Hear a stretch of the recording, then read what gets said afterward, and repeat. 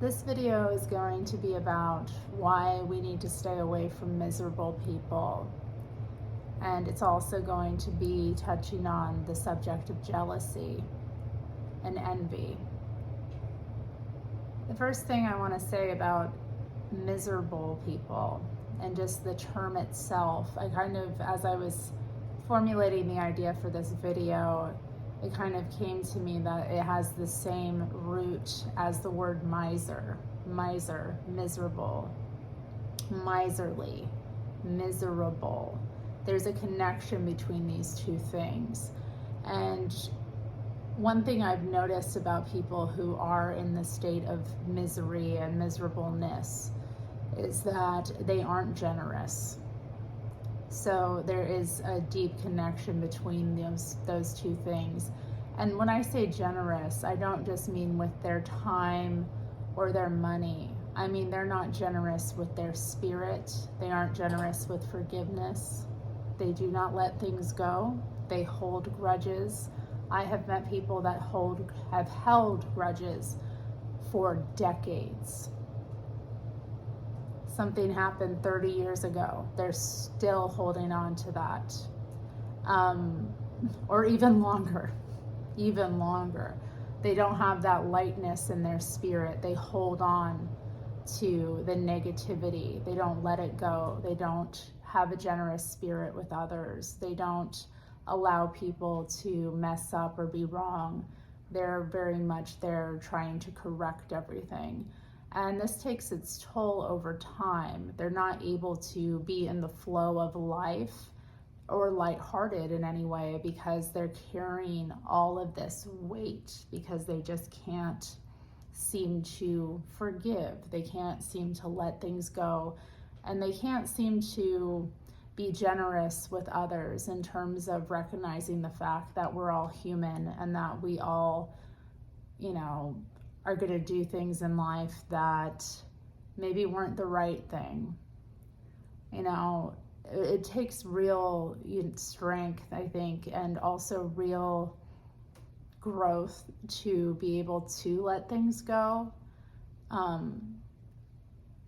But it definitely is very clear to me that that's one of the biggest things that makes people miserable is their unwillingness to forgive and move on and move past and to be generous in their spirit. We have to learn how to have discernment with people and with situations in life, and we need to be able to recognize what sort of spirit people have that we're interacting with. The number one thing that I would suggest if you haven't really mastered discernment is to just question, how does this person make me feel? And it's not just, not in just a superficial way, because, I have had experience with what I'm talking about in life, and I'll get kind of into recognizing specifically the spirit of jealousy. But what colors come up in your mind when you think of this person? Are the things they're saying appropriate as well? Because I want to mention that too, and it came up in a recent live stream I was doing where someone was talking about how they spend a lot of time on online communities bonding with others over shared hatred. Are you bonding to someone over something negative, which is the hatred of other people? Miserable people are very hateful. They are full of hate. They will come out with the most ugly things, and they're resigned to their fate. They have more excuses than they have solutions. And as I said, just to get back to the hateful thing, you would be amazed at the kind of things that will come out of their mouth. They will say the most crude, vicious, disturbing things, and then turn around in the next breath and like, be sweet and loving. It's a trick, okay? It's a tactic. And if somebody is saying those kind of things about another person, if you wrong this person, if they're behaving this way, if you do something they don't like, you best believe that they're going to be turning around and be just as nasty towards you. You have to like really figure out who people are, and not just how they're treating you in the moment, but who are they as a person overall? What is their character like? Okay? Now, for me, personally, I have and can be very evil in the things I say. And obviously it's those traits in me that have attracted these kind of people into my life, at least in the past. But learning to recognize our own wickedness, our own darkness, and to, not stay stuck there is part of growth as a human being. And hopefully at some point we all recognize and realize our own fallibility as individuals. We take responsibility, and we start to, like I said, lighten our spirit, lighten the load, forgive people, move on, let go. But yeah, most miserable people, who they were, whenever, however long ago, is they stay stuck, is what I'm trying to say. Miserable folks stay stuck. They don't change. They're just doing the same life over and over again. It's doing the same thing, and they're dug in such a deep rut. And it's something that they put themselves in as well, for the most part. And like I said, they always have more excuses than they have solutions to their problems. And they've always got something negative to say about someone somewhere, even their closest friends. So discernment, recognizing this in people and making a judgment call about it is very important. Now, in this video, I also wanted to touch on jealousy specifically, because this is a big part of miserable people as well. A lot of the times when they are overtly critical and hateful, there is a tinge of jealousy and envy to the things they criticize, the people they criticize. And I mean, even to go past just beyond that, they will just they will have like so many convoluted beliefs around their hatefulness. They'll justify it through their, philosophies, their politics, what have you. But at the end of the day, hatred is hatred. And that's another thing. Like, just because somebody can justify how hateful they're being or how nasty they are, doesn't make it okay. All right? It doesn't. So the spirit of jealousy, moving into that specifically, learning how to recognize that is important as well in terms of discernment. It's subtle, it's an energetic thing, and you really do have to just, I think, go through getting knocked on the head a few times in life in order to really become aware and wake up when you're communicating with people, these little subtle cues that give things away. It'll be in the eyes usually, the jealousy thing, and what they say, the things they criticize people for. A big thing is people who will sit around and criticize people for their wealth. That's a big one. They'll have all of these, complaints about this person because I can't believe they did this. I can't believe they spent their money on that. Like, if it were me, I would do this. Like, as if they would even know, as if they even would know what they would be like if they were in a different position in life, as if they would be different. But whatever, I don't want to get into that so much. Jealousy is often, and envy and jealousy are often referred to as the green-eyed monster. So there is, and I want to say this, there's a lot of truth to that. And if you like look at the story of Snow White, you see this come up a few times where that's the real issue with that story, is that the evil stepmother queen figure is envious of Snow White, the young, maiden girl. She's seen the power that this maiden has, because when we're in different stages in life as women, we have different powers.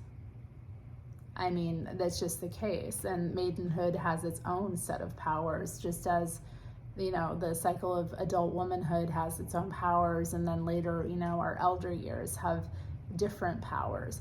But they each have their own types of powers. And often as women are aging, they do tend to develop envy towards younger women in some ways. And sometimes it's not that, sometimes it's care or concern, but you have to think really hard. Does this person care about me actually or not? That's a big thing. And we see this too between mothers and daughters a lot of the time as well. Often mothers will have envy of their daughter's youthfulness. And I think it's just the potential of their lives more than anything else that, women, who've been resigned to their fate for a long time often, or who feel like some kind of way like they haven't gotten everything they want out of their life, and they feel like their attractive powers slipping as women, it tends to get projected as this type of envy, hatred towards the younger female, specifically if they have a daughter. It often comes up. And this spirit of jealousy, and it is a spirit, I want to make this very clear to you, because this problem of jealousy is a type of spiritual warfare that we go through, which is why it does come up in this case of the fairy tale of Snow White. It is a spiritual thing. The spirit of jealousy will tempt you from time to time, and if you are somewhat aware and you're strong and you're willing and able to recognize it in yourself and not give into it, you'll see sometimes it will come up with people. Somebody who is, not open to receiving this spirit and letting it run its lives will recognize it when it comes up, and they will correct themselves. And let me be clear here, jealousy is natural. It will come up and tempt us from time to time. And there are some things that jealousy just come up sometimes. It's not, I was thinking there's a demonic aspect to the spirit, but it isn't always that way. Sometimes it can be a warning. And you have to have the discernment as well to recognize when jealousy is coming up. Is this a warning? Is this spirit warning me, or is it, playing tricks on me? Because it is twofold. Is it wanting to take over me? And this is the thing with any spirit. You can't let any spirit just take over you. Period. But yeah, the spirit of jealousy, when it does take over a person, that green-eyed monster latches onto a person, it's running the show. And you have to recognize when it pops up. Are you going to recognize jealousy for what it is and listen to what it's saying and then process that, let it go? Or are you going to let it take over and run you? Because it will if you're not careful. And jealousy, like I said, comes up naturally sometimes. It comes up, you may hear your friend talking about their good fortune and you're jealous. You feel like, oh man, I wish that would happen for me. Now that's the point where you can sit and recognize, like, okay, something in me needs to change. Okay, the fact that I'm jealous of my friend and their good fortune is significant, that I need to, like, maybe I'm not content. I mean, it's a clear indication that you're not content with what you have. And so it's time to take stock at that point. And the rational person who loves their friend or loves whoever else is in their life, because I have to say the spirit is rampant in families. It's rampant in family structures, so often intergenerational and just, cross-generational as well. Jealousy comes in, and it is destructive when people let it rule them. So the spiritually aware person will recognize jealousy when it crops up on their shoulder, when it taps their shoulder, when it nags at them. They'll recognize it, and while you may be having an interaction with someone, and you'll see it come up, and then if they do care about you, and this is where discernment comes in, you'll see them correct themselves. You'll see it come up, the subtle little change, and then you'll see them process it and let it go. And it's, like I said, it's subtle. But the person who is envious, it will take over, and you'll see the little change in the eye. And that's the spirit of jealousy driving them at that point. And that's when the person becomes dangerous, because they're whoever they were is not who they are now. Until they learn to fight that demon, it's going to be riding them, okay? So I want to really hammer that in. You've got to have discernment and learn, when you're communicating with people, when you're talking with people, to recognize these little subtle energetic changes that go on. And the big part of why people don't recognize it a lot of the time is that they aren't communicating properly. They're not slowly communicating. They're not looking at the person. They're not feeling the person's energy. Because communication isn't just verbal. It isn't just physical. It's the whole act of your two bodies. And that's not just your physical body, but your energetic bodies coming together and communicating. So if you are communicating well, you will recognize those subtle little changes when they come up, and you'll recognize too what a person's true intentions are with you. And like I said at the beginning of this video, if you are not aware of how to do this, the first thing you can start is just ask yourself these questions. Like, what is this person's intention for me? Just put that in your mind as you meet them, you communicate with them. Think about that, keep that in your mind, and the answers will come to you. The big thing about reading energy and, learning to feel and pick up on nonverbal communication, it's just being open in your mind to receiving messages in ways that are not so straightforward. And I mean, once you get the hang of it, you realize it is all straightforward, and we're just not culturally conditioned to take in all the information that we're being given when we are communicating with someone. Anyway, lastly, the last message of this video that I want to talk about, to bring it back to miserable people, and I brought up jealousy here to talk about this because miserable people are jealous. It's one of the top traits of miserable people is that they have envy and jealousy that they carry towards others, and it's present in who they criticize, why they criticize them. So And misery is another thing. Misery is like a virus, I guess you could say.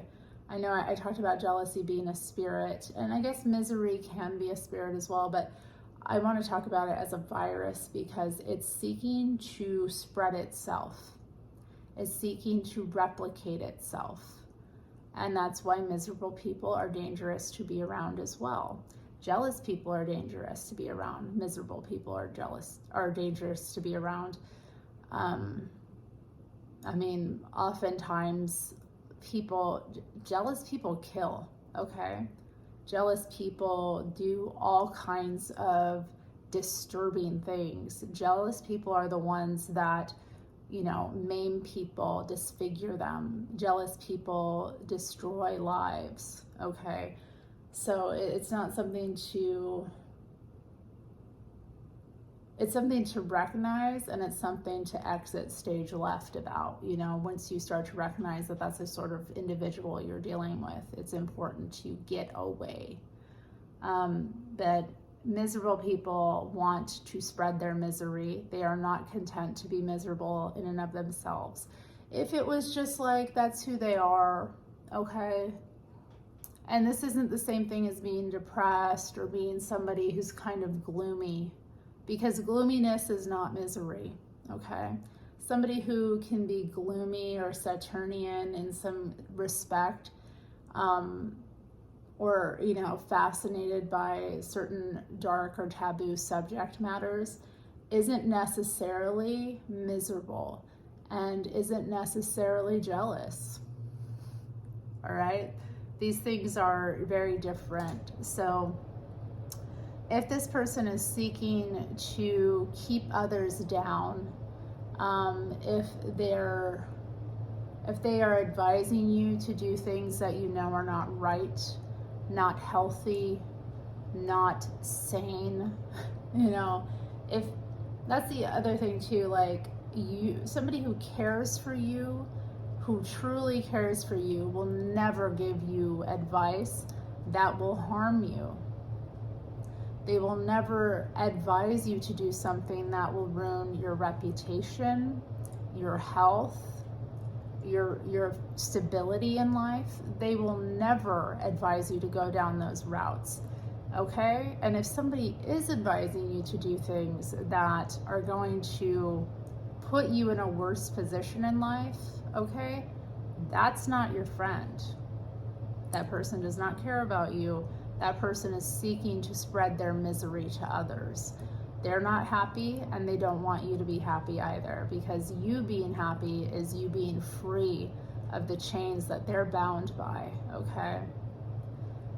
People who seek revenge as well. This is another thing. Miserable people are always out for some kind of revenge. They're always looking for some way to get back. And I'm not saying that you shouldn't get revenge if you get the opportunity. But you shouldn't dwell there, okay? You shouldn't be plotting it. You shouldn't be fixated on it. The most healthy thing to do for the most part is to forgive and let people run themselves down.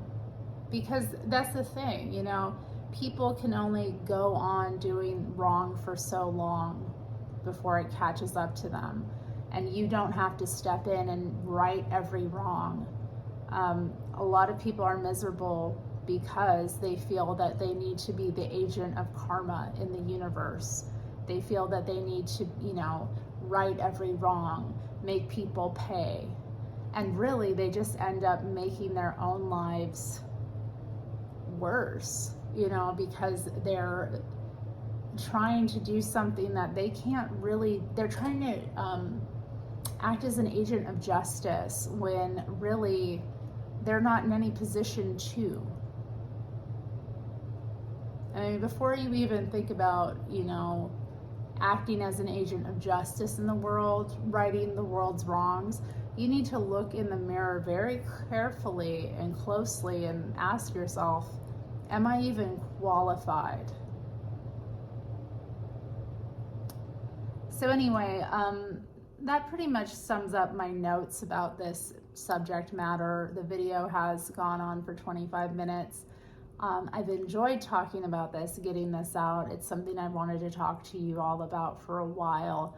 And I'd love to hear your feedback in terms of maybe your own experiences with some of the things I've talked about. You don't have to get too personal, obviously, but I would like to maybe have us discuss discernment a bit and recognizing these things, because I think that kind of conversation can be helpful. And obviously, if you enjoyed this video, got something out of it, please do share it with someone else, especially if somebody is going through these experiences with someone in their life. You know, it might be an opportunity to give them a little nudge. And as always, I hope you are well, taking care of yourself, taking care of others, and staying awake. All right, bye y'all.